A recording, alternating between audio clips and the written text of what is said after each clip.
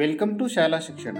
ಸ್ನೇಹಿತರೆ, ಈ ವಿಡಿಯೋದಲ್ಲಿ BLO ಆ್ಯಪ್ನಲ್ಲಿ ಹೌಸ್ ಟು ಹೌಸ್ ಸರ್ವೆ ಮಾಡುವಾಗ ಸ್ಟೇಟ್ಮೆಂಟ್ 3 ಅನ್ಎನ್ರೋಲ್ಡ್ ಆ್ಯಂಡ್ ಪ್ರಾಸ್ಪೆಕ್ಟಿವ್ ವೋಟರ್ಸನ್ನು ಹೇಗೆ ಆ್ಯಡ್ ಮಾಡುವುದು ಎನ್ನುವುದನ್ನು ನೋಡೋಣ.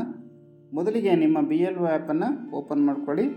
ಅದರಲ್ಲಿ H2H ಸರ್ವೆ ಅಂತ ಇದೆಯಲ್ಲ, ಇದನ್ನು ಓಪನ್ ಮಾಡ್ಕೊಳ್ಳಿ. ಸ್ನೇಹಿತರೆ, ಯಾವ ಮನೆಯಲ್ಲಿ 1 ಅಕ್ಟೋಬರ್ 2006 ಹಿಂದೆ ಜನಿಸಿರ್ತಕ್ಕಂಥವರು ಇದ್ದು ಅವರು ಮತದಾರರ ಪಟ್ಟಿಗೆ ಸೇರ್ಪಡೆ ಆಗಿಲ್ಲವೋ ಅವರನ್ನು ಸ್ಟೇಟ್ಮೆಂಟ್ 3ನಲ್ಲಿ ನಾವು ಎಂಟ್ರಿ ಮಾಡಬೇಕಾಗ್ತದೆ. ಯಾವ ಕುಟುಂಬದಲ್ಲಿ ಅಂತಹ ಸದಸ್ಯರು ಇದ್ದಾರೋ, ಅಂದರೆ ಮತದಾರರ ಪಟ್ಟಿಗೆ ಸೇರ್ಪಡೆ ಆಗಿಲ್ಲ, ಮತದಾರರ ಪಟ್ಟಿಗೆ ಸೇರ್ಪಡೆ ಆಗೋದಕ್ಕೆ ಬೇಕಾದಂಥ ವಯಸ್ಸನ್ನು ಹೊಂದಿದ್ದಾರೆ, ಅಂತಹ ಕುಟುಂಬಗಳಲ್ಲಿ ಮಾತ್ರ ನಾವು ಸ್ಟೇಟ್ಮೆಂಟ್ 3 ಎಂಟ್ರಿ ಮಾಡಬೇಕಾಗ್ತದೆ. ಸ್ನೇಹಿತರೆ, ಮತದಾರರ ಪಟ್ಟಿಗೆ ಸೇರ್ಪಡೆ ಮಾಡಲು 4 ಕ್ವಾಲಿಫೈಯಿಂಗ್ ಡೇಟ್ಗಳನ್ನು ಚುನಾವಣಾ ಆಯೋಗ ನೀಡಲಾಗಿದೆ. ಜನವರಿ 1, ಏಪ್ರಿಲ್ 1, ಜುಲೈ 1, ಅಕ್ಟೋಬರ್ 1.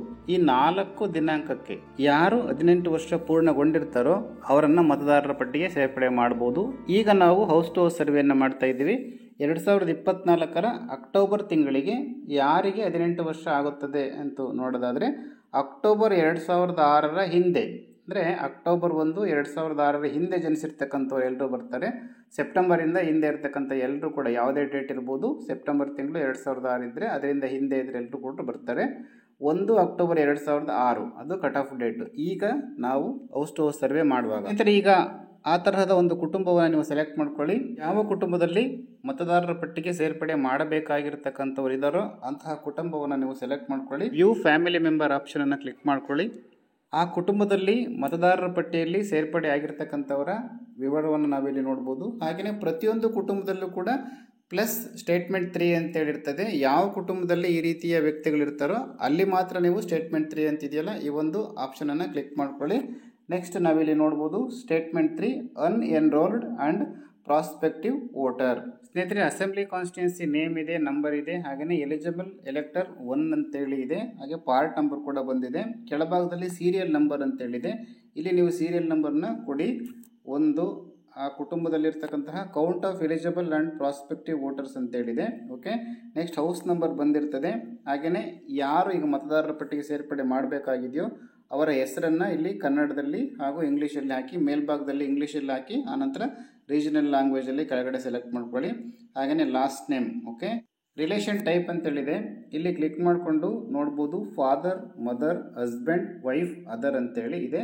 ಸಂಬಂಧಪಟ್ಟಂಥ ಆಪ್ಷನ್ನ ನೀವು ಸೆಲೆಕ್ಟ್ ಮಾಡ್ಕೊಳ್ಳಿ. ಓಕೆ, ಇಲ್ಲಿ ಫಾದರ್ ಅಂತೇಳಿ ಸೆಲೆಕ್ಟ್ ಮಾಡಿಕೊಂಡ್ರೆ ಕೆಳಭಾಗದಲ್ಲಿ ಆ ತಂದೆಯ ಹೆಸರನ್ನು ಇಲ್ಲಿ ನೀವು ಹಾಕಬೇಕಾಗ್ತದೆ. ಓಕೆ, ಹಾಗೆ ಯಾರಾದರೂ ಮದುವೆಯಾಗಿ ಬಂದಿರತಕ್ಕಂಥವ್ರು ಇದ್ದರೆ ನೀವು ಹಸ್ಬೆಂಡ್ ಅಂತೇಳಿ ಕ್ಲಿಕ್ ಮಾಡಿಕೊಂಡು ಇಲ್ಲಿ ಕೆಳಭಾಗದಲ್ಲಿ ಗಂಡನ ಹೆಸರನ್ನು ಹಾಕಬೇಕಾಗ್ತದೆ. ಓಕೆ, ಸಂಬಂಧಪಟ್ಟಂಥ ಆಪ್ಷನನ್ನು ನೀವು ಸೆಲೆಕ್ಟ್ ಮಾಡ್ಕೊಳ್ಳಿ. ಅವರ ಹೆಸರನ್ನು ಇಲ್ಲಿ ಕೆಳಭಾಗದಲ್ಲಿ ಇಂಗ್ಲೀಷಲ್ಲಿ ಹಾಗೂ ಕನ್ನಡದಲ್ಲಿ ಹಾಕಿ. ಓಕೆ, ಇಲ್ಲೂ ಕೂಡ ಹಾಕಿ. ನೆಕ್ಸ್ಟ್ ಜೆಂಡರ್, ಇಲ್ಲಿ ಕ್ಲಿಕ್ ಮಾಡಿಕೊಂಡು ಅವ್ರ gender male, female, third gender ಸಂಬಂಧಪಟ್ಟಂಥ ಆಪ್ಷನನ್ನು ನೀವು ಸೆಲೆಕ್ಟ್ ಮಾಡ್ಕೊಳ್ಳಿ. Okay, next age bar date of birth ಅಂತೇಳಿದೆ. ಇಲ್ಲಿ ನೀವು ಕ್ಲಿಕ್ ಮಾಡಿಕೊಂಡು ಇಲ್ಲಿ ಕ್ಯಾಲೆಂಡರನ್ನು ತಗೊಂಡ್ಬಿಟ್ಟು ನೀವು ಏಜನ್ನು ಅಥವಾ ಡೇಟ್ ಆಫ್ ಬರ್ತನ್ನು ಇಲ್ಲಿ ಎಂಟ್ರಿ ಮಾಡ್ಕೊಳ್ಳಿ.